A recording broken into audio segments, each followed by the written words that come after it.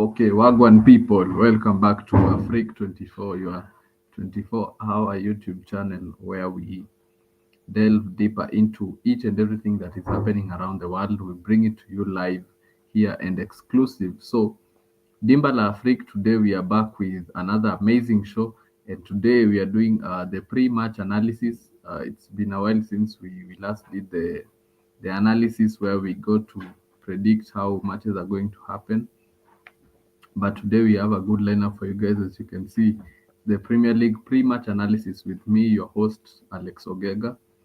We are going to look at how the games are going to unveil tomorrow. So for those ones who plan to place a bet, buckle up your seats. Today I'll be giving you guys the predictions which are going to happen right this weekend. So watu wakae chini na pen na kitabu, they write down these predictions and we see whether it's going to happen. So we kickstart with today. There's a game between Barcelona, which is going to happen at I think 10:15 or 10:30 Kenyan time. So I predict Barcelona to win the game by over 2.5 goals. So predict 3+ goals from Barcelona as they play today, and they're going to seal the title today. So the first prediction which is happening today is Barcelona to win with over 2.5 goals. And of course, we know tomorrow there is a very big game which is going to be played there at Stamford Bridge, which is Chelsea against Manchester United. So that's a very big game to be played there at the bridge. And one thing that we can say is that United are we don't know what to expect from them. We don't know how United is going to show up tomorrow because they have a Europa League final to play, which is on the 21st of May, and I don't know whether Ruben Amorim is going to rest his players to focus more on the final, or is going to play his main team and try to see whether he's going to win the trophy. I see Gypsy Corner there live there in the comment section. Gypsy Corner, karibu sana. Wewe, happy to see you, Gypsy. And make sure you thank you so much for joining us through the comment section. We appreciate you.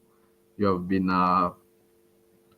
part of the community for a long time, Gypsy. Karibu sana, na appreciate. And we hope to also grow the platform to many areas. But anyways, for now, Gypsy Karibu, as I was saying, I don't know how United are going to line up against Chelsea. How they will line up will determine how the game will be played.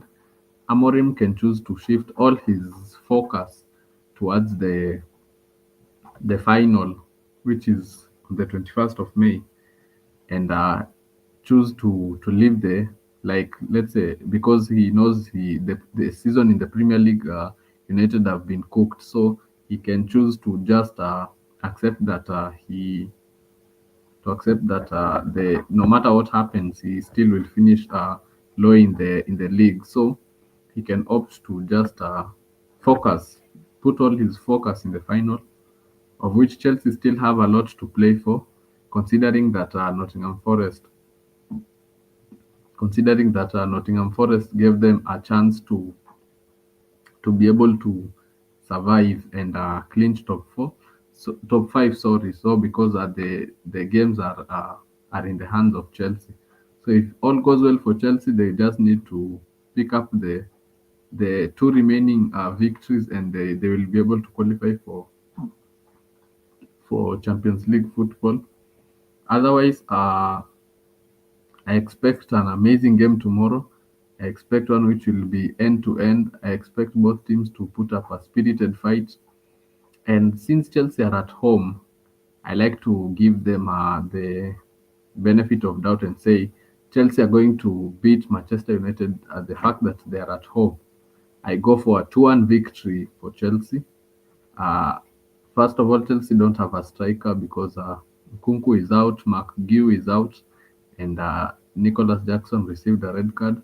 So I don't know how they are going to line up. Maybe we might see Palmer in the 9, or we might see Neto in the 9, or we might even see this guy the so-called Bukayo Saka, who is called Tyreek George. We can see him playing in the nine tomorrow, but we don't know how Chelsea are going to line. If Chelsea are going to score goals, it's either going to go through Neto, Noni, or even Enzo Fernandez, who has been brilliant this season, getting goals and assists. So those are the players who can score for Chelsea. For United, we know Harry Maguire is good in the air balls. He has been prolific for them this season, and I can see uh, maybe Fernandez can score or Ahmad can score because Ahmad has a very good left foot, and Chelsea doesn't have a goalkeeper. Because if you just shoot from long range, you can score against people like Robert Sanchez. So I'm going for a 2-1 win for Chelsea because Chelsea have to concede.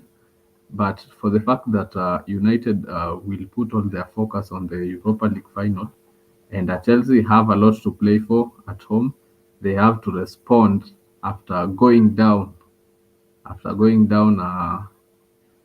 to Newcastle 2-0, which was unfortunate for them. Either way, if you're putting a bet, both team to score, I think will go through because Chelsea has to concede, and United also has to concede. But if you are going for, let's say, if you're going for United, that's a risky one. I don't think the best they can do maybe is a draw. And I see that Gypsy Sekono are saying Chelsea can narrowly beat United 1-0. Yeah, Gypsy, that's a good prediction. Actually, Chelsea can win it narrowly 1-0. But the problem that I have with Chelsea is that they don't have a goalkeeper. Because somebody like Robert Sanchez, you can just shoot from even midfield and he won't catch the ball. But I reckon Chelsea to win tomorrow, either 2-1 to them. Yeah, that's my prediction. Mhm. But we shall see. So we have a lot of predictions going on. We have Aston Villa against Tottenham, which is also being played tomorrow. And I will go for a Villa win because, first of all, I don't remember the last time Spurs picked up a victory in the league.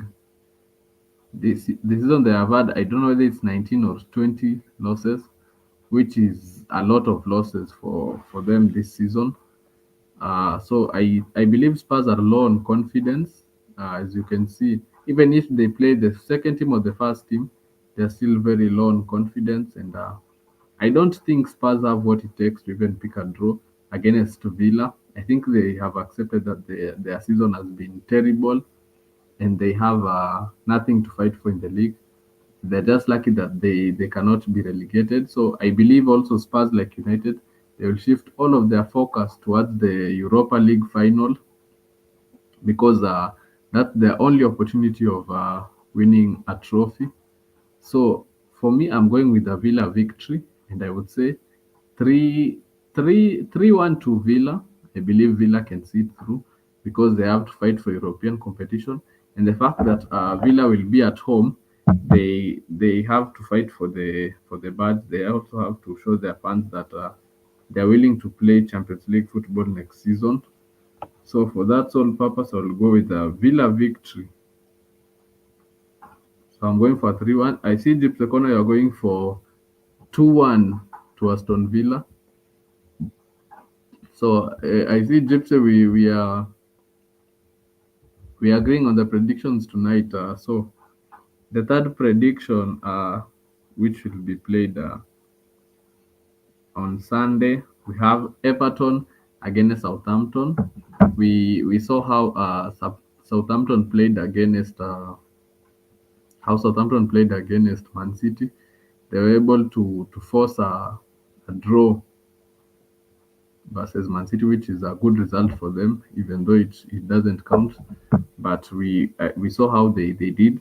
They are going away to Everton, and Everton is a very tough task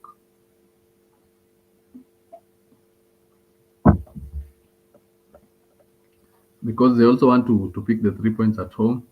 So for this one, it will be a tricky one, but I will settle with the Everton 1-0 victory. I don't know what Gypsy Sekono you're going for, but I'm going with a Everton 1-0 victory, which is going to be played on Sunday, 18th May, at 2 p.m. Kenyan time.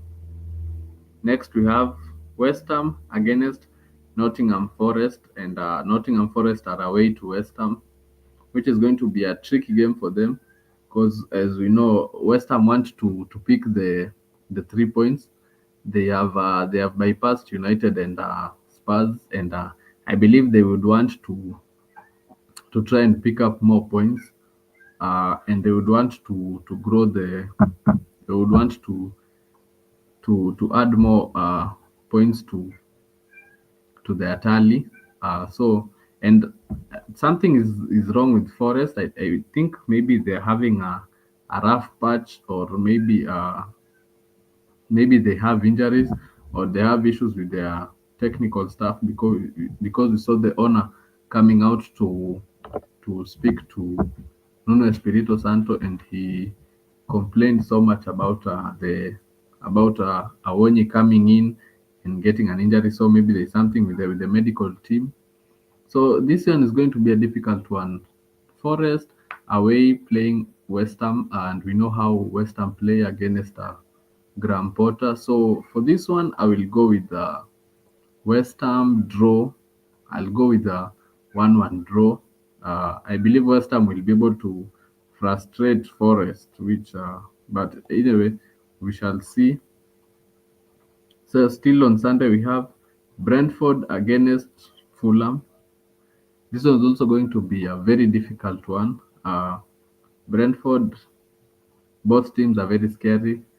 Both teams are going to fight for the 3 points. So for this one, I will go with a goal. Brentford are at home. I will go with a goal because I believe Brentford will fight for the for the points.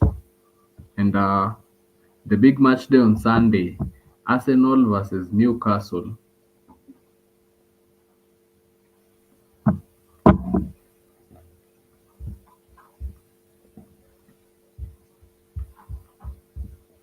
So Arsenal versus Newcastle.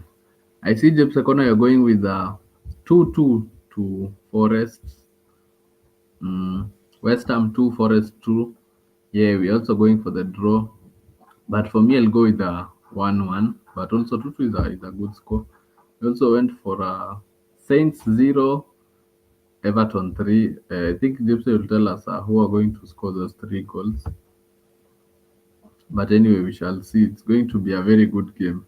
So, and then on Sunday at 6:30 Kenyan time, we have Arsenal versus Newcastle in a match which may decide somebody's fate within the top 4 games.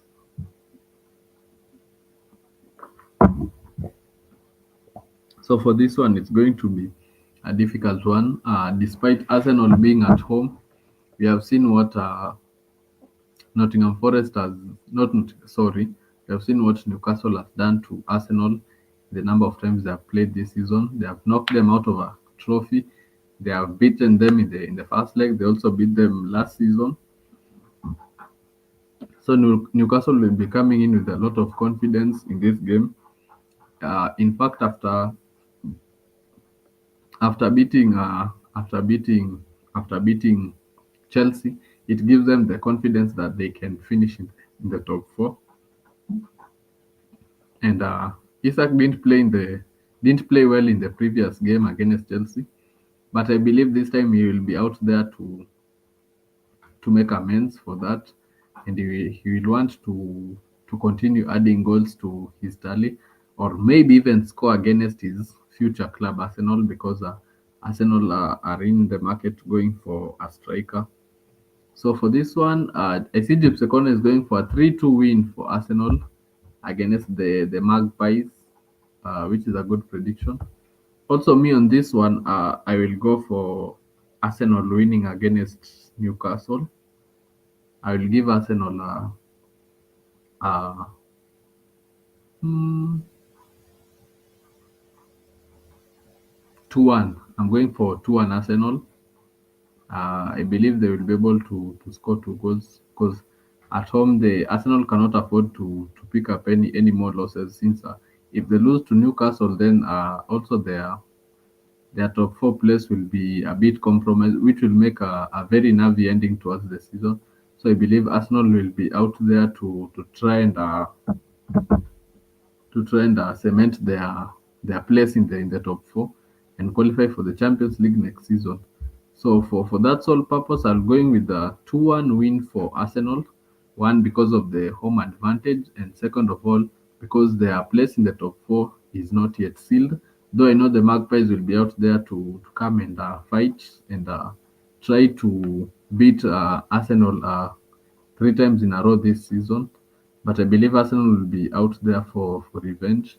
So I'm going with an Arsenal 2-1 victory at home on Sunday, 6:30 Kenyan time. Then on Monday, we have Brighton against Liverpool, and Liverpool are away to Brighton.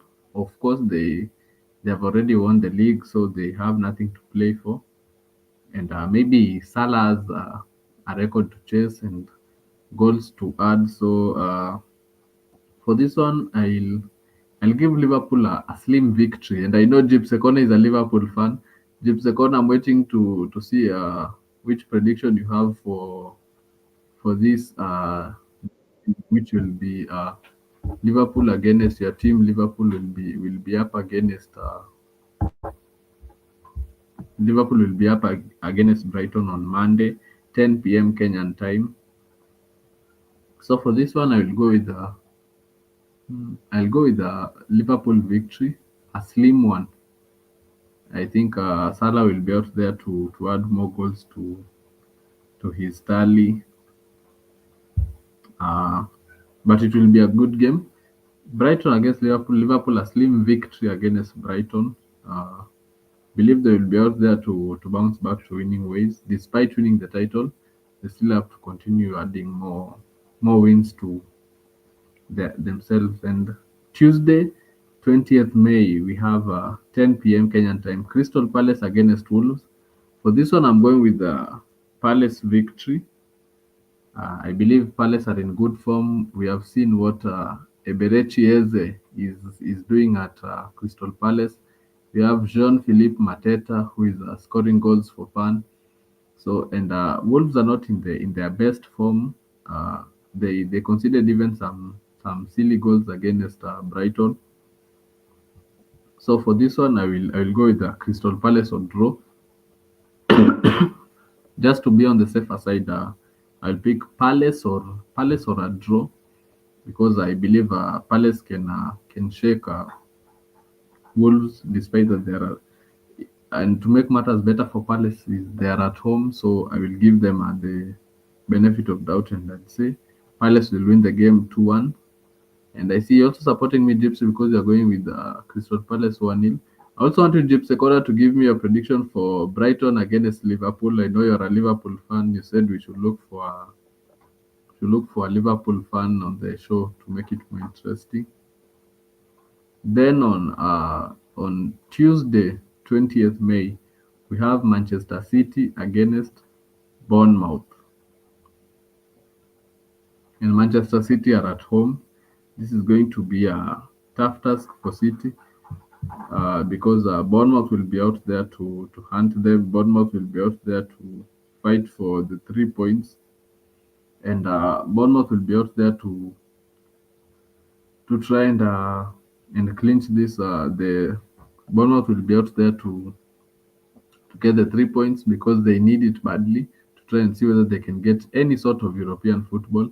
And City will be out there to try and get 3 points, just to finish within the top four, because City also want to qualify for Champions League next season. So that's going to be a very difficult game for both the teams. But I see you're going for City 1, Cherries 2. That is Gypsy Corner. You give us the reason why you're going with City losing at home to the Cherries. For me, I'll go with a draw. I believe the Cherries will frustrate City towards another draw, and yeah, I believe the Cherries can frustrate City towards a draw, and this is how the top four list lines up: Liverpool 1, Arsenal 2, Newcastle 3, City 4, Chelsea 5, Aston Villa 6, Nottingham 7, Brentford 8, Brighton 9, Bournemouth 10. So, as I see here, Bournemouth, they don't have a chance currently of qualifying for European spot, and City need this win more than the Cherries.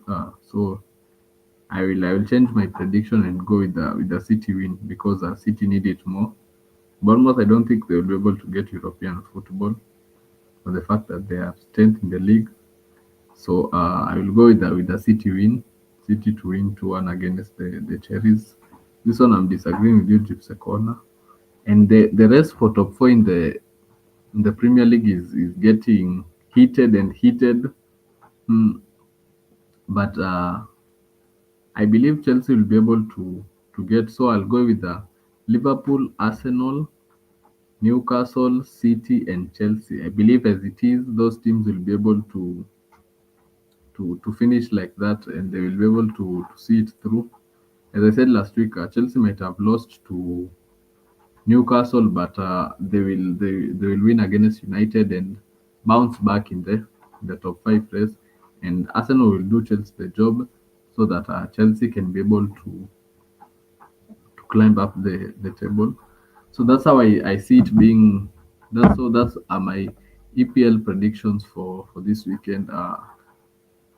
So we delve deeper into the world of transfers. There's a lot of transfers happening. We have seen Arsenal acquiring the services of Martin Zubimendi, and he's going to be a very good fit for them in the midfield role. He will help them. They need to add more depth.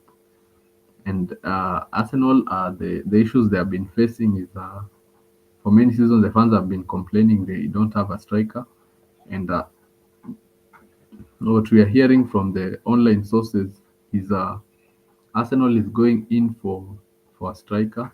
So the question is who? There are many big names in the market. One is Alexander Isak. Second one is Benjamin Sesko. The third one is Victor Yokeres, and there's also Seru Girassi, who has I think 70 million release clause. So they are big names in the market for Arsenal. They can also still go for somebody like Chris Wood who can do a job. There are also guys like Liam Delap who can also do a job for Arsenal in the number 9 position. So I think they if they can put maybe 100 million and get somebody like Victor Yokeres, it's going to be a good fit for them because it's a prolific striker who got 43 goals last season. This season, 43 GAs, I think, or goals. This season, he also has 50, 52. Don't know whether it's goals or goals plus assists, but he's a proven striker and he has done it twice in the league. He also scored against Manchester City. So Victor Okeres is proving that he's somebody who can perform consistency. So the only issue that we have is we had to see him do it maybe in somewhere like the Premier League or La Liga, because people might say the Portuguese league is a farmers league, but we shall see. So if I'm the Arsenal sporting director next season, I'm looking towards getting in a prolific striker. I would bank 100 million for Victor Okeres, or if you can get even the services of Isak because it's going to be expensive, you have to pay that money because Arsenal need a striker. They also still need a winger because Martinelli and Trossard are not yet up to to the standards that are expected. So they can go and get somebody like a Nico Williams who will be worth maybe 50 to 60 million, who can be a good fit. We know he's fast, he has trickery and he can score goals. So and I believe with those two signings, Arsenal will be able to prove themselves and see how far they have reached with their project. Otherwise, for Chelsea, they have issues in the same wing, because in the same wing where the in the left wing where Jadon Sancho is playing right now, we are seeing Non is playing there. Sometimes Neto is playing there, so those two are playing out of position. And Sancho is hot, he's cold, he's hot, he's cold. So I don't think Sancho is fit for the Premier League for a longer time, because I have issues with him. Even the coach was saying Sancho needs to shoot more, because they're seeing Sancho is shooting less and less. Will he play at Chelsea next season? I don't think so. But Chelsea need to get a winger, because Mikhailo Mudrik, we don't know what is going to happen to him. He has been out for the full season. So if he comes back and comes back strong and lives towards the expectations, it will be a good thing for Chelsea. But for right now, we have to go and get a good winger for that side of the pitch. So for Chelsea, they also need centre backs. The midfield is okay, and we're also seeing people like Santos. Like, yeah, Santos is coming back next season. Santos will be a good fit to add to Romeo Lavia, whom I hope stays fit. Uh, Caicedo, and also Enzo Fernandez. So Chelsea can't complain the midfield. They just need to boost their centre back position. Can't complain about the flanks, because Marco Correa, Rhys James, Malo Gusto can do a job. So the problem is in the centre backs and the coaches' tactics. The coaches also to improve the tactics if he wants a better Chelsea, because his tactics have been found out this season. So he has to diversify, he has to try new things, and he also has to be creative in order to navigate this Premier League. Because once you're found and you're not able to to be dynamic and be different, your playing style will be short lived, and it won't last for long, and you won't get the results that you want or you expect. So for Chelsea, I think they need a strike also, because Nicholas Jackson hasn't delivered as expected, and those are the two teams that need a lot of signings. For United, I think for them it's a very big issue.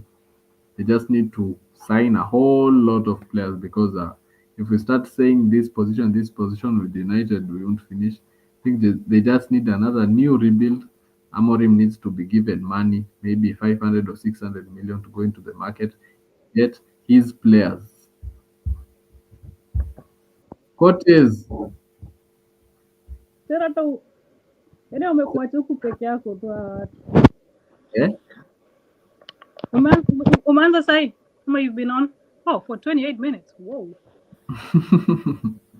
Leo niko huku solo. Stimu yake long imenini.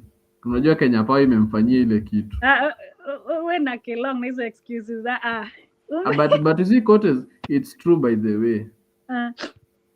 Sometimes huku stima. Kenya Kenya Power ikikufanyia ile kitu coaches, inabidi unini inaitwaje? Inabidi tu ukubali. Sasa Kelong hajakuwa na stima the whole week. Na mbona kuongea haki? So I spoke to him kwa DM. So hiyo ndio maisha ya huku Kenya coaches, because sometimes Kenya Power ikiamua kukufanyia ile kitu, si kama US ati inapotea inarudi after 1 minute. Huku inakaa mpaka mpige simu. So ni kwenda imeenda ama imekatwa? Ni kwenda imeenda, si ati imekatwa, imeenda. So ikienda inamaanisha hiyo the whole residence haina stima. Si vitu vimeharibika kwa feed. Na wait coaches, it's unaongea as if kuna echo, there's a lot of echo in your speaking. And now? Nakusikia sasa. Oh. So actually umekuja the right time and ulikuwa sema coaches. Which position do you think you guys need to boost next season? Umeongeza Zubimendi. Which position do you guys think you need to boost next season? Honestly, the entire forward. Why the entire forward? The entire forward. Saka hana backup to begin with. Na Nwaneri. I mean, he's more of a 10. Ukiniuliza. He's more effective in number 10 position. Like so, but on the wing, yeah, we need some backup for Saka for sure. Yeah, yes, Nwaneri can rotate. Mnunue Sterling. Nazi, you guys can take your finished product. And then and then side ya Martinelli, this season akisijaelewa Martinelli because 1 minute he's so good, the next sijui akoaje. So I don't want Arteta aanze kugamble tena na form ya msee. Mtu kama yuko form akalishwe, weka mtu mwingine. So actually unajua Cotes issue ya Martinelli hata ijaanza saizi because I think in 2021 2020 tulikuwa tu tunasikianga Martinelli who was a rising star. Hata 2019 18 tulikuwa tunasikianga kuna kijana anaitwa Martinelli, kijana mdogo and he can play well, but the issue imekuanga tu ni injuries. So there is only one season yenye alimaliza without injury, and that season he finished Arsenal's top scorer with 15 league goals. From there on, injury, Jama deep in form. Injury, deep in form. Yeah, so we're not gonna guess this next season. So I need that side yake attack, even if they have to get 2 other players. So now, which players do you think? Because Milcon may suggest Nico Williams. I'm okay with Nico Williams. I'm okay with him. I hope like tupate huyo pia, but because alikata kwenda Barcelona, so I don't know if he wants to try and come to England. It will be a good fit. It will be a good because fit. I like Trossard, but Trossard is a super sub. Trossard is a starter, it's different. Na pia Trossard edge kidogo. Yeah. So I think you guys got is you need wingers who can score, who can assist, who can play make. Yes.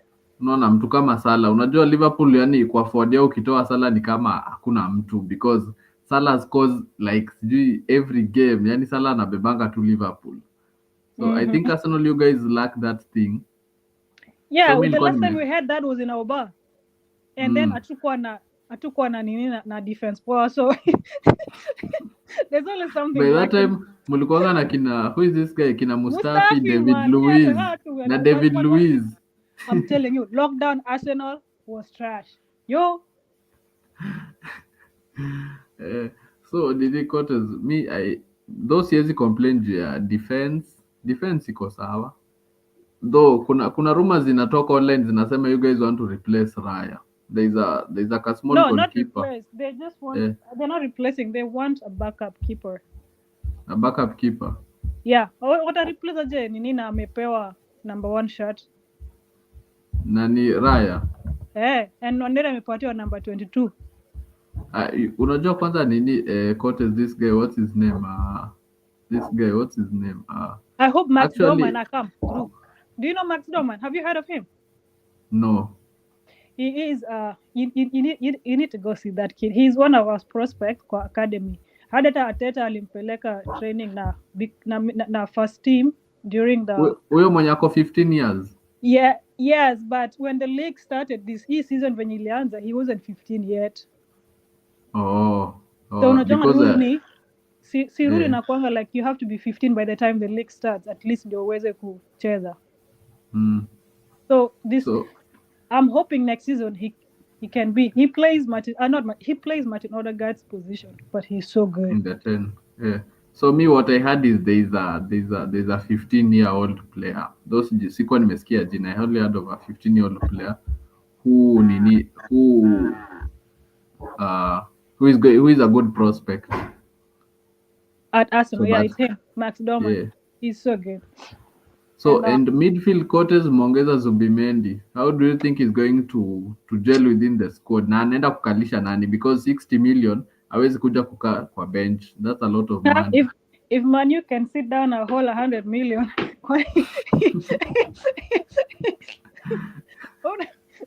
Na 80 but million. Unajua ya Manu inaeleweka Cotes. Ya Manu inaeleweka. It's a bit understandable. Si Mudijuni pia mlikuwa mnamkalisha na mlimnunua pesa mingi. So ndio nasema those are hiyo ni kitu tunasema huku Kenya makosa ilifanyika.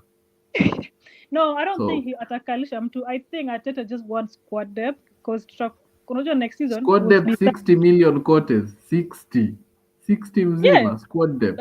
yeah, it's for squad depth because kuna like unajua season ikianza tena we are back to zero. We are back to competing for everything again. And you've seen how like fatigue sasa hivi venye imefanyikia Saliba. That's another thing. I need someone who can play in Saliba's position. Mwenye atakuwa anapatia Saliba some resting time. As you can see towards the end of the season, tumeona venye ameanza make stupid mistakes. Zenye And so zinatukosa.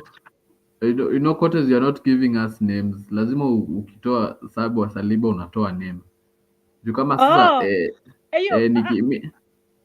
mi nikisema Arsenal mnahitaji striker there are some names nimeforward though kuna guys hapa niko sure kwanza Kelong akikuwa hapa ata disagree with me.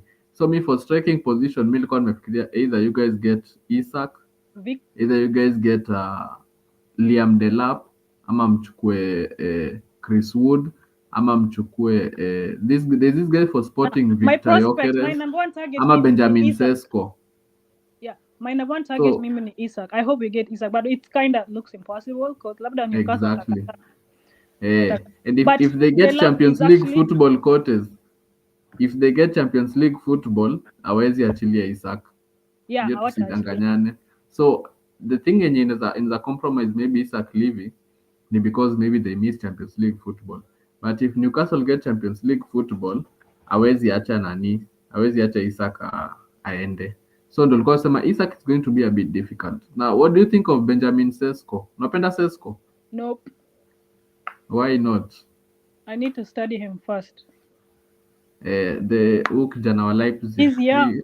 So he has 20 something goals. You can 20 something. I don't know the correct figure. But he has been banging goals. At least kwa season wanga na average more than 20. And so that's also yeah, I need to study him, but he seems like it's a good prospect. Na pia kumekuwa na hizo rumors ya wase akisema he's coming to replace Havertz. I don't know if it's to replace Havertz ama kukua like kushare position na Havertz. I don't but and then there is this player for Sporting Lisbon who striker mwenye amekuwa akimake headlines huyu Victor Gyökeres. Yeah, I don't know whether he has 52 goals or it's 52 goals plus assists, but that guy is on fire quotas. So like Sporting wataitisha 100 million. Yo, that's a lot of money. We have to buy more players. So we spend your pesa on one player and then Seto aende William Delap huko championship na 20 Gs. Actually Delap akona release clause ya 30 million. So if Ipswich is relegated, so release clause is 30. But issue yenye watu wanasema na Delap wanasema ati he is not yet proven. National wanasema like they have experimented a lot, so they don't want to keep on experimenting. They just want somebody who is proven. Hataki ile ati unakuja kugrow, you come kama usha grow, for you it will be just to I mean, we have the academy for that purpose. Na mimi nilikuwa nashinda nikishangaa like why do they keep buying young players when wanakuja kudevelop? But anyway, this team has finally matured. So kwanza hapa they don't need to buy more young people unless they are producing. Unless if they are Lamine Yamal. You know? So but coaches, do you have an issue mkileta Delap? I think he can score some goals. He can score maybe 15 too. He's developing. You can see when Alaba Ipswich the first half of the season before they collapsed or they dipped in form. Yeah, so I think people have just been too harsh on Delap, sindio? Because watu wanasema he is not yet proven it on a high level. Because he's in the wrong team. Achane wamweke kwanza in the right team, then they can say that. And then Cote is also another unpopular name. If let's say Forest miss out on a Champions League, do you think Chris Wood can do a job? That one is a 50-50. Why? Because based on his age, he might underperform. But also based on his experience, he could bring something. So yeah. So it's a hit or miss with that.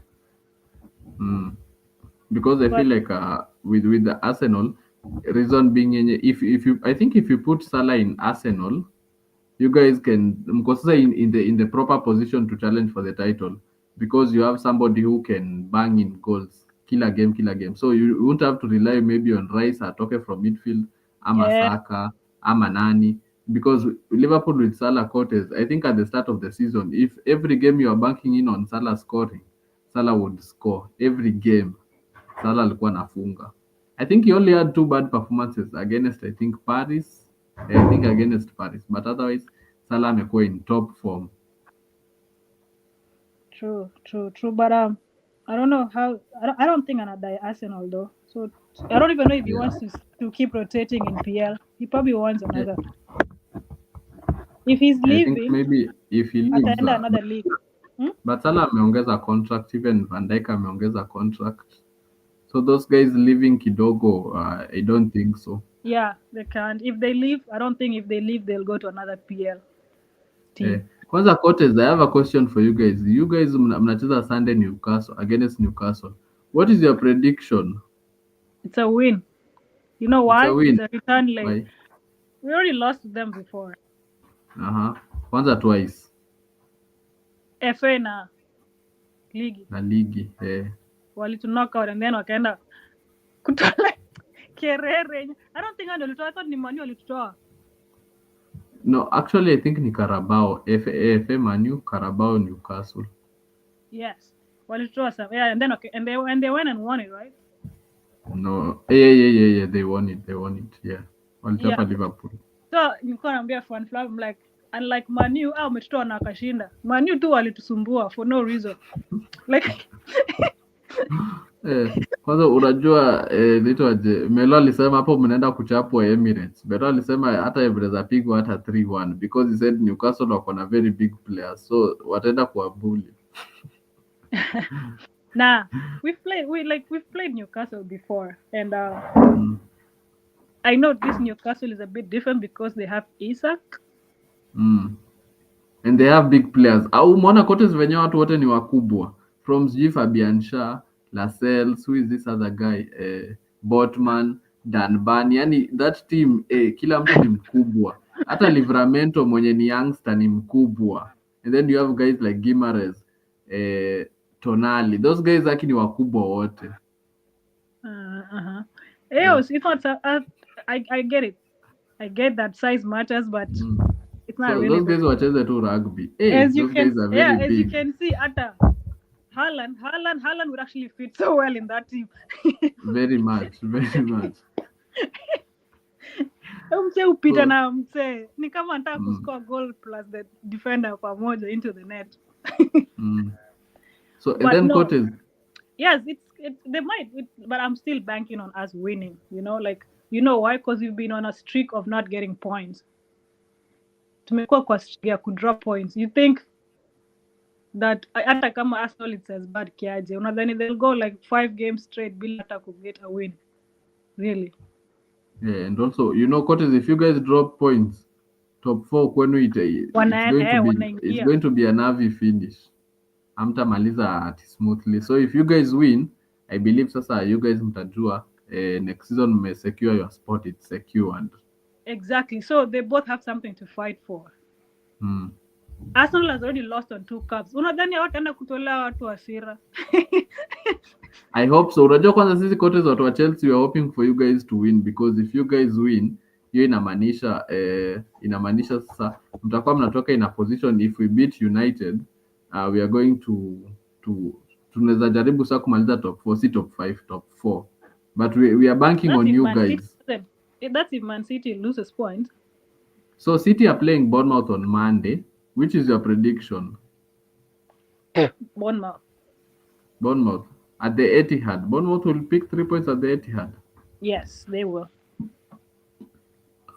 Okay, so me hiyo nini nita disagree na wewe. I believe City they can see it hata kama ni slim victory 1-0 because of the home advantage pekee. And Cortez their fans don't make noise. You know that. So like, unless ref, like, the only home advantage they got in the ref could rule vitu in there. No, against them. But it's not the fans. The fans are not gonna wake up the players. But I still think Cortez, kesho sasa ndio kuna the biggest game in Kenya. Kesho nimekwambia like all the bars, the clubs everywhere zinaenda kuwa shut down. because the two clubs with the fans wenye wako na kelele mingi, they are going to meet tomorrow. Yeah, Chelsea man. versus United. Mimi Cotes nimesema Chelsea itawin because I think United watafocus more on the Europa which is playing on the 21st. So I believe akili yao yote There's iko nothing kwa they are Europa fighting hiyo. for in the league because Eh, unajua relegation ishakuwa confirm. Like and then the fact that Cotes Chelsea we play terrible in away games, but home you can't pick 3 points against us. Mm. So for that sort of purpose, mimi naona kesho Chelsea because and I know we have to concede because hatuna keeper. Unajua Robert Sanchez ni kama tu you are playing 10. So me I'm going for a Chelsea 2-1 victory. Wewe unaonaje kesho? Simunuani Ramsdale lucky. Actually Ramsdale would be a very good fit for Chelsea. Bana, nunueni Instead Ramsdale. ende relegation. Ramsdale atatusaidia. So Cotes wewe unaonaje kesho? Chelsea gets him, the conceding will stop.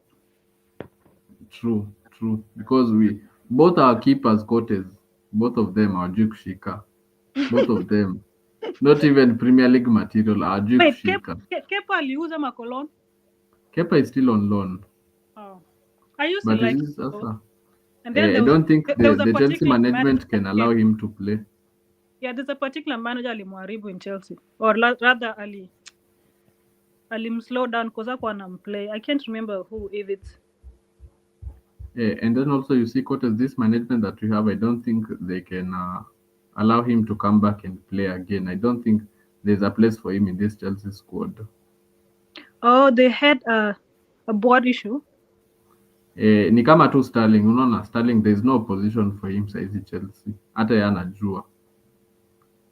So at the end of the season, if you guys don't save Sterling, sijui anaenda wapi Cotes. Tunamuzia nani? Who is even looking for him? If you guys don't save Sterling, sijui anaenda wapi. Utafutwa kwanza ndio uuzwe, like hakuna mtu amecome into the door asking for Sterling. I'm pretty sure if someone did, hata kani 5 million watamuuza, but we can't, he's on loan, so we have to finalize that first. That's what I'm saying, and I don't see any Premier League side that would want Sterling. Which one, Cotes? I asked that. I don't see him playing in any club because unless there's no need of unless championship. Ama ende Inter Miami. Ama team iko promoted wamchukue. Exactly. So either hiyo ama ende Inter Miami ama Saudi. If Arsenal don't buy him, narudi Chelsea, I see that happening. Because Cotes, do you know how much pounds nini analipa pesa ngapi per week Cotes? How much? 300 grand a week. He even earns more than the Saka who is doing so much. Do you know that? That's hiyo ndio salary yake, and that's the biggest issue. Issue is not even selling. But his wages. It's split between Chelsea and Arsenal. But I'm saying if you guys take him, Cotes, wages yake ni 300, and I don't think anaweza kubali kupunguza. He will. I don't think. He'll have to take a pay cut. Ama aende tu Saudi then. Because hata wewe Cotes hizi mtu akitaka kukupunguzia a pay cut huwezi kubali. It depends. If I know for sure hakuna kitu naleta to the company na wananiambia this is why and I'm logical, ndakubali. Ama niwaambie okay, nipatieni 6 months so that I can match up the salary. You know, like there has so hata anajua ya kwamba if by next season asipo pick up. So actually hata umeenda mbali na next season Cotes. I don't think apart from let's say maybe Man City, maybe Arsenal, Chelsea, I don't think there is any side yenye inawezana na hizo wages zake. So the best option is for him maybe a retire or Saudi ama ende Inter Miami. Yeah, that's what I was saying. Yeah, exactly. So I'm like either in next season hata sipo pick up, to be honest. Itabidi tu retire ama aende Saudi. Because football will be over for him, especially in PL. Yeah, true. So, and then Cotes hapa, I have the nominees for the Premier League Player of the Season and also for the Young Player of the Season. Young player is MLS, of course. He's not even nominated. Guy. Yeah, I hope you can see from this screen. Yes, I'm asking about the young, not the big one. Yeah, Yeah, the young player is not even. Let me see for the young player. Ai, kama hajanominatiwa itakuwa. There is no name. Hakuna name ya MLS for the young Funny, player. how young is Saliba? Almost every single year this dude is on this list. Wait, Saliba is 23 or 24? Ai, I think 23, wait, 24. this is criminal. How is Cole Palmer nominated? But Cole Palmer is just 23 quarters, just 23 years old. no, I'm not talking about the age. Yeah. Like, tell Oh, me nomination. why is Palmer there? Like, be honest, why is he nominated? Really? Palmer. See, I think the main reason he's nominated is because of the, what is it called? The At the start of the season, alikuwa na he had a good performance, and I think towards this end he still has a lot of kama I think goals he has maybe 14 or 15 isn't in the league, and he also has some assists, and he's the second player with the most chances created. I think the first one is Fernandez. I think Fernandez has maybe, I don't know the exact figure, but Fernandez ndio wa kwanza, wa pili ni Palmer. So I think that's why Palmer is in the list for young players of the season. But anyway, Cotes ndio hizo nominees, and if you can't see clearly, the first one Liam Delap, Chill, I'm actually. Anthony Elanga, Uh-huh. Ryan Gravenberch, kuna player wa the Bournemouth centre back Dean Huijsen, Cole Palmer, Pedro Neto, Morgan Rogers, William Saliba. Those are the nominees, Cotes. Who takes the day? I'd give it to Elanga. Elanga. Why Elanga? Elanga went to because if you look at Elanga that was at Man U na mwenye ako Nottingham sahi, there's been so much improvement. You can see how far penye amepeleka Nottingham pia, like he has contributed a lot. Like, I'm not sure about his exact, let me see his exact goals aggregate, but play wise, like you know, just like his all round play, he stepped up more, and he's been at least consistent if you compare him to the people on this list, except maybe Saliba and Morgan Rogers. But wengine, if you the others, I feel like, I don't know, Liam Delap though, I would give it to him, but for the fact that he got relegated. But it's based on individual performance. This one has nothing to do with the relegation. In individual performance. Yeah, but my pick is Elanga. You? So for me, if without being anyhow biased, the person who quotes mimi mwenye I feel will win ni Gravenberch because of Liverpool first wameshinda title, and second of all, true. I didn't see that. Nilisema quotes, you see in the last stream nilikuwa nimeongelea about Liam Delap yani Gravenberch being one of the best CDMs in the league. If me quotes, by the way, actually this season nimekuwa nikiwatch games at Liverpool, and this guy, like every ball that is moving from defense to midfield to attack, it goes through him. Yani Gravenberch alikuwa kama Caicedo. Like this guy is everywhere Cotes. Interceptions ndo huyo, progressive passing ndo huyo, attacking, shooting from distance, I've seen him everywhere. Yeah. So for me, what I'm thinking is he is going to win, but if you ask me who will I give it to, mi naona nikipatia this guy for Bournemouth, this centre back, the kid, because I don't know whether we notice also Real Madrid want to buy him for 50M. Yeah, I seen that because I saw it by mistake nikiona hiyo Romano's post about Saliba. I'm like, say relax, man. So I feel like Cotes, this guy is underrated because hata also anatakwa na clubs kubwa from City, Chelsea, United, which other one? Madrid and other ones. Also, I think, is it Aston Villa? So kuna clubs zenye zinamtaka. So Cotes, this guy, let's say, si ati ni ule defender niseme aje, he's not the most muscular, he's not the fastest, he's not the strongest, but there is just a way yenye initwaje, he is good at playing from the back, initwaje, makes interceptions, wins their balls. So I feel like this guy ako underrated but amekuwa season poa. Also this guy Morgan Rogers. I think Morgan Rogers has been so good for Aston Villa. I think Rogers amejaribu. And Man, the person that I wish angerise kwa hiyo team yao who was a prospect was Bailey. Leon Bailey. Yeah. But Bailey si ni mzee, I think he's his 30s, hawezi nominatiwa young player. No, yeah, I was just like saying in general, like. Oh, okay. Yeah, and also I think nini nitwaje Delap amejaribu, but if you ask me Cote is the person who I think will win, mi naona Gravenberch, but for me I would vote for the Bournemouth guy, and I think Cote is in a bigger team, like Sona akiplay better.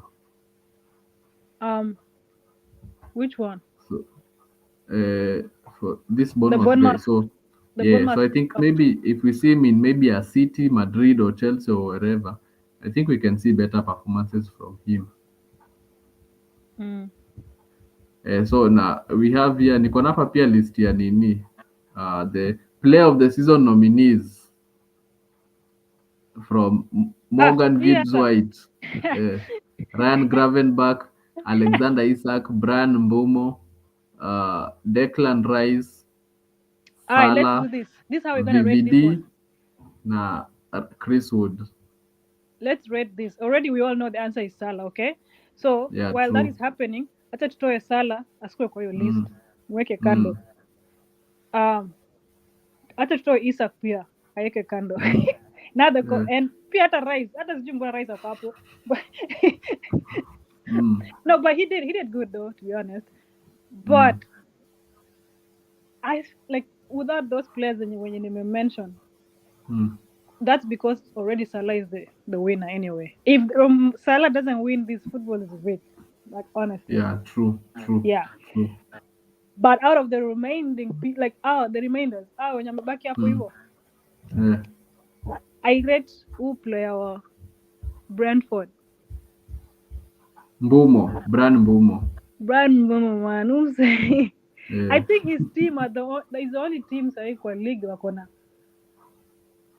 at least 15 plus goals per striker ama per forward ama. Yeah. So then Cote, is he a good backup to Saka? Because umesema your position ya Saka hamna backup. Does Brad Mbeumo, can he have a position in Arsenal? He will have a position. Yes, he will. I still think he can be a good number 9 too. Hata bila yeah. So hata kama hatakuwa backup wa Saka, I'm okay with him because si mtu mwenye anakuja kudevelopiwa tena. You get? Yeah. Now imagine Saka crossing and this guy is in the middle. And most of the goals when you score, they don't score these goals. Brentford ni set piece. Yes. So actually he might be good, and I think the part yenye mnahitaji sana Cote, you guys need players who can season in season out they can chip in with goals. So Brian Mbeumo is close to reaching 20 goals. So and this is second season yenye ako close to reaching 20 goals. So if he can keep on close to 2020, Saka akuja na hizo zake 10 to 15. Same for Martinelli, Odegaard, Rice and the likes. I think mtakuwa mmejiboost. Like mi naweza penda ikifanyika hivyo though, because I just want one of them from Brentford, either Wissa or Mbeumo. Yeah. But so I'm if more you guys mnataka more of a number 9, I think Wissa is more of a 9 than Mbeumo. Mbeumo is more kwanza akikati na hiyo left yake. I like the versatility that he has. And I don't know, me I feel like ni kama yani unaitisha Arteta striker, I don't know, defender. Unaitisha Arteta striker anakuletea like but it's because most of the Finnish strikers out here are expensive na alinyimwa pesa. Hakutaka kununua nini this hii window ilipita. He just didn't want to buy someone that has to be developed because unajua young players ndio ubaiwa na pesa kiasi saa zingine ama like or the players that are past their their prime. And ilikuwa so me I'm just Nikuulize, who do you think is missing from this list of player of the season? Kuna mtu ameachwa nyuma? Actually, let me see. Because I'm Man U trying to fans dig wanajua deep. wanateta. Yani, why would they want someone who is in number 17 to be nominated? But anyway, like we said, it's an individual award. Individuals. So I think the reason why Bruno cannot feature here is because he has only had one good half, because it's just the second half of the season ndo ameanza perform. The first half Yeah. hakukua. So I think that's why he cannot be in this list. And I'm just wondering, why haven't they nominated Saka though? Saka, Are they I using his think injury against him? I think ni hiyo injury tu, unaona. So for Rice will be put there for consistency. Even Odegaard hawezi kuwa hapo because of injury and Inconsistent injury. na No, hiyo but comeback. he hasn't But progressed actually. the thing kote zenye I feel like it's a robbery, but again let's say again tutasema ni injury. I think Gabriel ndo angefaa kukuwa hata ahead of Rice. The way Gabriel ame step up this season kote, I think it's so much an I don't know, after he got hurt, that's when Saliba started shaking. So I think it will be criminal if Gabriel doesn't make it to the team of the season. Na hata hii nomination amekosa. I think it's a big robbery. Anyway, me, I'm hoping as an Arsenal fan tutampatia hiyo because he deserves it. He's been a better defender than Saliba this season for sure. And then But also up here the last slide, manager of the season, Thomas Frank, Eddie Howe, Nuno Espirito Santo. This one for Wolves, jina yake ni ngumu, acha nione. Vitor Pereira. Pereira. Pereira na Arne Slot. So the funny thing they'll is give it to the winner. But Iraola if is we're being missing. honest, like I said, if the league winners are nominated anywhere, wanashinda hiyo of course, unaelewa, but but so this one, without a doubt Arne Slot amechukua mchana, same thing na Salah. Hiyo amechukua mchana. Let's rate the other four. If it were up to us, mtu angeshinda hii, I think ni Nuno. Actually hata mimi nitasema Nuno deserves it. Amefanya kazi poa sana. And I wish Bournemouth nani angenominatiwa pia. That's why I'm saying why isn't Iraola in the list? Hata kama tunajua Bournemouth imekuwa na some drop in form, but I think Iraola deserves to be in the list even ahead of huyu Pereira wa Wolves, huyu Vitor Pereira. Yeah, that's for sure. That I agree. Because he did so well. Na si ati juu alichapa Arsenal. The first half of the season, Bournemouth was flying. So I feel like hapo kuna ka robbery kamefanyika. I wonder what they used to determine on picking up, like nominate or say, other than the obvious stats when it comes to individual performances. But then now, like, I wonder how this Wolves manager aliingia mbele yao. Yeah, Iraola. Yeah, I think hiyo ni robbery. And this is a Cotes also. We are coming to the end of the season. Nani anachukua hii Ballon d'Or and why? Who is the best fit? Okay, Rafinha. They've already won some trophies already, and then the league by this weekend I think they would be crowned. I think. Actually, they have a game today. I think it's playing even right now. So. Oh, it's already happening. I thought it was over the weekend. Espanyol, they are playing now. Oh, Thursday. I remember the comment. But so they're getting 5 the minutes. Liga. So for you feel like Rafinha deserves it? Rafinha deserves it. I mean, Lamine could, but based on age, I don't know. So Lamine achukue young player of the season. Yeah. So hiyo ni yake. But I think the Paris fans will feel they should stake a claim for Dembele, because I think if Dembele he wins the UCL, has 30 GS. So I think by virtue of him winning the Champions League, fans wa Paris watateta waseme Dembele deserves it. But if you ask me personally, ndasema Dembele doesn't deserve it He because I doesn't. don't think he's still yet to be even the best player in the world. Nah, he's not. He's just good. Yes, he does what he has to Yeah, do. yeah. Like Because there's no even that before aura the ya Arsenal, superstar. because the Arsenal versus Arsenal versus PSG, kulikuwa na hizo debates where watu walikuwa sema between Saka and Dembele who is better. So for me, I was telling people that Dembele is shinda Saka because that guy has been lost for like 4 or 5 seasons. So it's just this season that under Luis Enrique that revive. So he cannot come just for 1 season, then he becomes Suddenly, better than yeah. And I Saka. won't say and Na Saka Saka amekuwa akiperform from I think 2020-21 up to now. He has been putting in a consistent number of performances. I just think I'm rising stars in PL. Like when it comes to consistency, Mm. Starboy takes it though. Like all the young players when you around hiyo age yake when you rise water.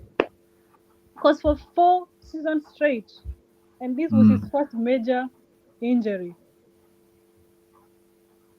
Eh, but let's hope, man. Like the reason him and these other players are Naumia because of that fatigue. So I'm just hoping actually either they promote more players from the academy just for backup when atakuwa anacheza hizi domestic cups, you know, Mm. Carabao and So FA. si basi hata amgeuza kina Nketiah. Actually We weren't mngebakisha supposed to. Nketiah, We weren't kina supposed to.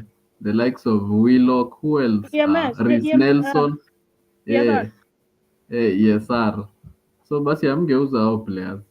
They shouldn't have. But Mm. anyway, I guess they needed the money for something. So Because unaona kama saizi and they Odegaard were amekuwa injured for large parts of the season. ESR ange step up in that 10 role. but what we don't know is we don't know Ange maintain for how long. Because ESR is also injury prone. Yeah, true. That's But what they need. hii season hizo injury hazijakuwa sana kama the previous seasons. True, but again, you can see the work intensity. Fulham actually subs him almost every game. Mm. He barely plays full 90.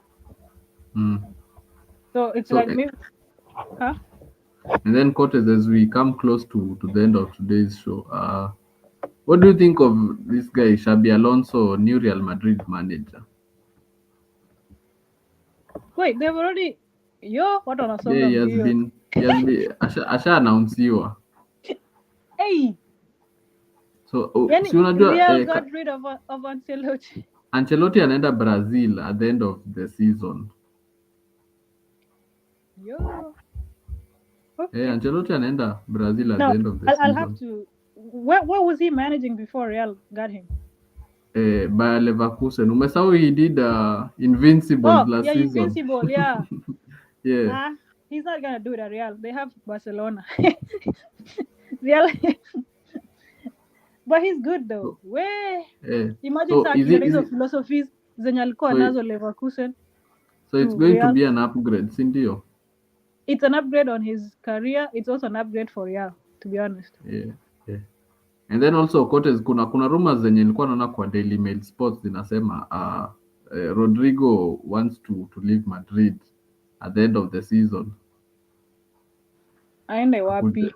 So swali ni aende wapi, lakini which team kwanza Premier League inaweza msuit Rodrigo goes huyo Real? Which team inaweza msuit? Na si Man U, hawezi kucheza namba 17. Wait, what? How do you spell his last name? Goes, Rodrigo goes. Oh, Rodrigo Cueva. So Arsenal actually wants him. Arsenal and Man City are competing apparently. But sasa you guys, is he going to, because he's not coming to sit on the bench and it's not coming to fight? You think he can bench Saka? You think? I don't think so. Saka is ni talisman wenu. You cannot bench your star boy. Nika kusema Chelsea bench Palmer. No matter how many bad performances he has, you cannot bench Palmer. Yeah, no, it's because you were asking, but I think he can bench Martinelli for sure. That I know. So, or rather, they rotate. I'm gonna rotate na Saka. So for me, the thing I think is this, and itakuwa kama Chelsea. Now Chelsea, we have Neto, we have Noni, and both of them are good at the moment, so you cannot put them in the bench. So the thing is this, you just have to play one out of position. Kama to Barcelona, you have Rafinha is good, you have Lamine is good, so Rafinha has to play out of position to accommodate all of them. And so I think that's the issue that is there. So hata akikuja Arsenal, you guys will just have to look for a position to fix him. Hata kama atacheza out of position, but he has to play. So I think True. that's the issue. I actually But have a question in regards to uh-huh. out of position. Mm. Do you think MLS amecement the current defending nini position amekuwa nayo, ama you would want to see him in a natural position next season? Actually, for you, that's a good question, Cortez. I think for me, I think both. I think in that the your left back role, I see him doing very well. I though even Calafiori is good, I can't complain that Calafiori should sit on the bench. Manze Calafiori is So, good. He's good forward. Ni kama he has Tierney's type kaka uh, nini play uh, style. so for me, I think actually, me Cortez, if you ask me who's the best left back for Arsenal, me I'll tell you MLS. You coming from But MLS? also, yes, if you ask me Arsenal's best left back, I'll tell you MLS. But I also Oh, want I to thought see you him. said Chelsea are looking for the left back and they're coming for MLS. I'm like, what? As we have Marco Correa. Actually, it's Yeah. only City. It's only the London teams. The only teams in London we don't trade with them is Tottenham. Mm. I don't remember the So last time there was a transfer between Arsenal and Tottenham. when was that? When was that?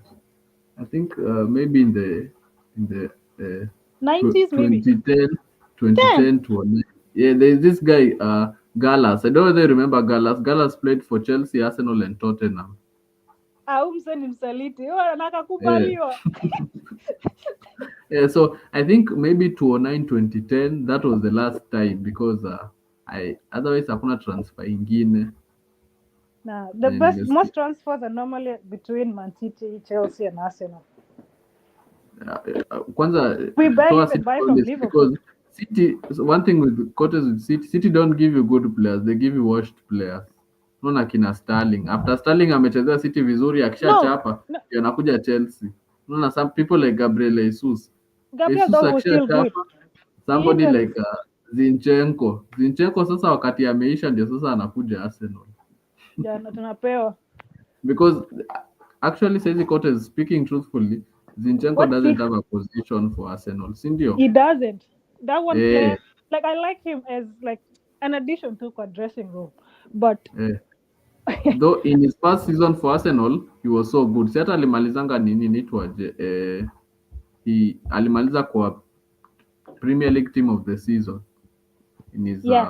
first season for Arsenal.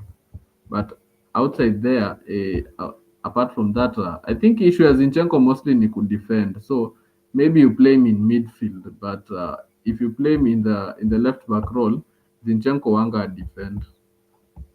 So I think that's the biggest issue with him, could defend. Sorry, somebody tried to call me. Can interrupt. Nini. I left it So at you saying that. I left it at you. Nilikuwa sema the biggest issue with Zinchenko ni could defend. Oh, he sucks at defending. He's good But playmaking ako sawa. That's why alikuwa asema maybe you guys will just look for him a role in midfield. In case they don't get to keep Partey, then he should be Nani's backup. The new guy coming, Zubi. Yeah. In case they do decide. But I heard that they have discussions to offer Partey a contract. Because Arsenal fans love Partey, man. Actually, I think Cotes, there are many number of times yenye Partey amecheza poa for you guys. I think on a good day, Partey is a good CDM, one of the best in the league. On a good day, Partey wanga ana control midfield. Kwanza he always comes alive when we are playing you guys. I don't know whether you have noticed. He always No, comes I know alive that. when it's But Chelsea he versus do. Arsenal. Hiyo siku hatuonangi kitu. Pati wanga ana shut down midfield yetu. And then But I the was day telling that you he this wants last him. week, ulikuwa nakaa nama ikuwa wewe, maybe with somebody else. Mimi actually ilikuwa Kelong. Unajua Kelong anakujanga kwa hii platform ana hate, but sasa venye we are Chelsea fans inachanganyika inakaa ni kama tumehate pamoja. Oh, Unajua Kelong hata namwambianga Kelong ni hater mkubwa. If, kama kote kuna mtu ni hater kunishinda ni Kelong. Kelong nah. is a big hater. But so zingine ujaribu kuanalyze. There's just some people there in the group who Kuanalyze, yes, Kelong analyzes, but Akusho Kelong is a big hater. He analyzes and he still nah, hates. I hate, which is better. Yeah. Like I like if you hate in that sense, Mm. ni sawa. Like Yeah. that's what this is supposed to be. Like okay, just like identify the individual performances, your team performances, but at the end of the day, I still hate you anyway. So which is okay. That's what the game is supposed to be about. But then if you get blinded by the hate, otherwise you can't even appreciate Salah or you can't appreciate Lamine just because unachukia Barcelona. So actually that's it. Huyo sasa ni Steve. Huyo sasa ni Steve. Typical of him. But anyway, he's here ako hapa kwa hii platform kulearn. Because if you ask him football in 2015 quotes, he doesn't know. So huyo ameanza tu juzi venye Guardiola ameingia City. Those are typical City fan characteristics.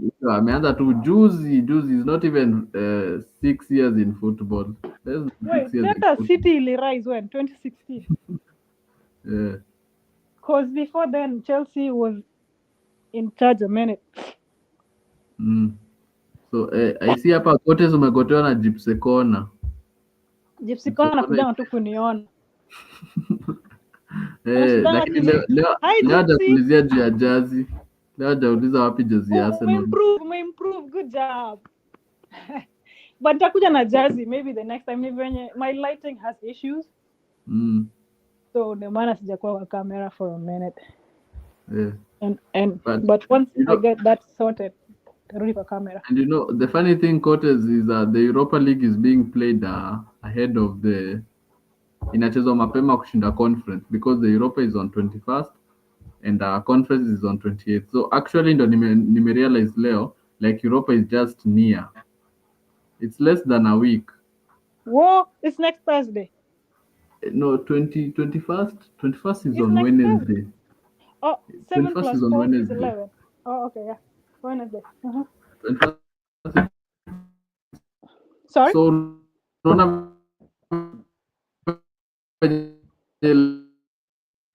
umeanza kuhang mtu wangu. The game is just nearby. That's why nilikuwa nasema Amorim has to focus so much on Europa because he doesn't want to be sacked. Me, I'm just waiting to see which of these two teams will sack their manager and get a new one. Actually, coaches, I think if Spurs lose, then this coach has to go because 20 losses in a season, coaches, that's too much. That's a lot. 20 losses. This is the worst Spurs ever in the league. 20 losses. More losses than wins. More losses than wins, coaches. If he doesn't win, this guy is gone. Amorim unajua atamsamea because it's his first season. They will say it's not his players. And plus also, me, I tell you, coaches, given time, Amorim is a good manager. Maybe in the wrong team, but a good manager. True. Amorim anajua ball. So shida ya Man U si nini mtu wangu. Si players pekee ama nini. Like it's deep rooted. It's spiritual. Deep rooted. It needs cleansing, coaches. So this is spiritual. Yeah. But anyway, coaches, thank you for coming in today.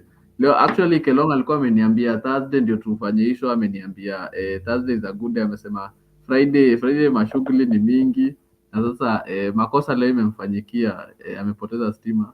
Boni naye alipigwa na heartbreak. So Power ya simu. Boni hajahil. Eh, eh, I haven't seen Boni Bonnie ni in a minute. actually ni heartbreak. Unajua saa zingine mambo inakuwa ngumu. Wanaume men actually go through a lot of things but hawasemi. What, football heartbreak? No, heartbreak ya wasichana. Wait, he's going through that? Ni kama manze. Unakuja kumwanika internet utatandikwa wapi? So I hope Boni amekwambia ndo ambia wase. Boni naye ni heartbreak tu. Nikwambia some people sometimes they go through things na wasemi, so cha tuone maybe Boni atahil. Yeah. So could that be like it either I was a man in my past life or I'm just a man in a woman's clothing? Because mashida zenye pia futa unipitilia na siongelele wase. No wonder so people anyway, wanita hapo kwa group saa. Sijui sasa inafaa tuweke ni pin message hapo kwa group niseme you are not a dude. So I think inafaa tu ni pin message hapo kwa group niambie pia mzalendo kwa actually leo nilimtumia link aja join. Inafaa tu sisi wote kote tuende tu pin message hapo kwa group. Tuseme you are not a guy. Tuende tu wote tu pin message kwa group. Ase waheshimu msichana mmoja mwenye kona all this a bunch of men. I literally kwa group I just feel like maybe 2 or 2 at most 5 people they're football aware. If the rest are just spectators, well, asanteni. But if you're in the group and you're not participating, what is it, guys? Like, what is it?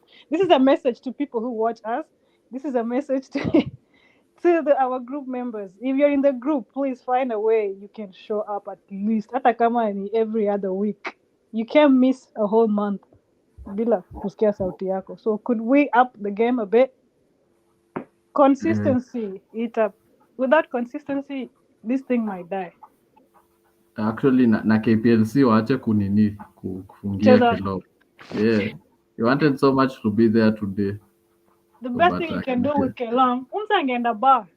Hata kama ama in the restaurant, ama like coffee, cafe, okay. Like, okay, so the issue is tomorrow he has to wake up. That's the only issue. Ndio maana hawezi enda. But tomorrow he has to be up early. So ndio makosa imefanyika leo. But hopefully Kenya Power wata rectify stima yake. Hopefully. So guys, thanks for those who tune in. Please share this. Actually Jeff Sekona amekwambia thanks for coming, next time wear your kits. Hakusahau. So anyway, Coaches, thanks for coming. Tutarudi for the post-match analysis. Yeah, Friday. Yeah, kesho. No, actually it should be on Sunday. On Sunday. Because we wanted to Sunday maybe hapo 10, 11 because we wanted to switch times because on Monday we may notice your time audience haiko active on Monday. Your time tunafanyanga at 10. So we want to try on Sunday. True. Engagement. So Coaches, thanks for showing up. We meet on the post-match analysis. Thank you. I've been telling them what work is Sunday, man. But yeah. So, Sunday is a good fit. Watch us on with our audience. All right.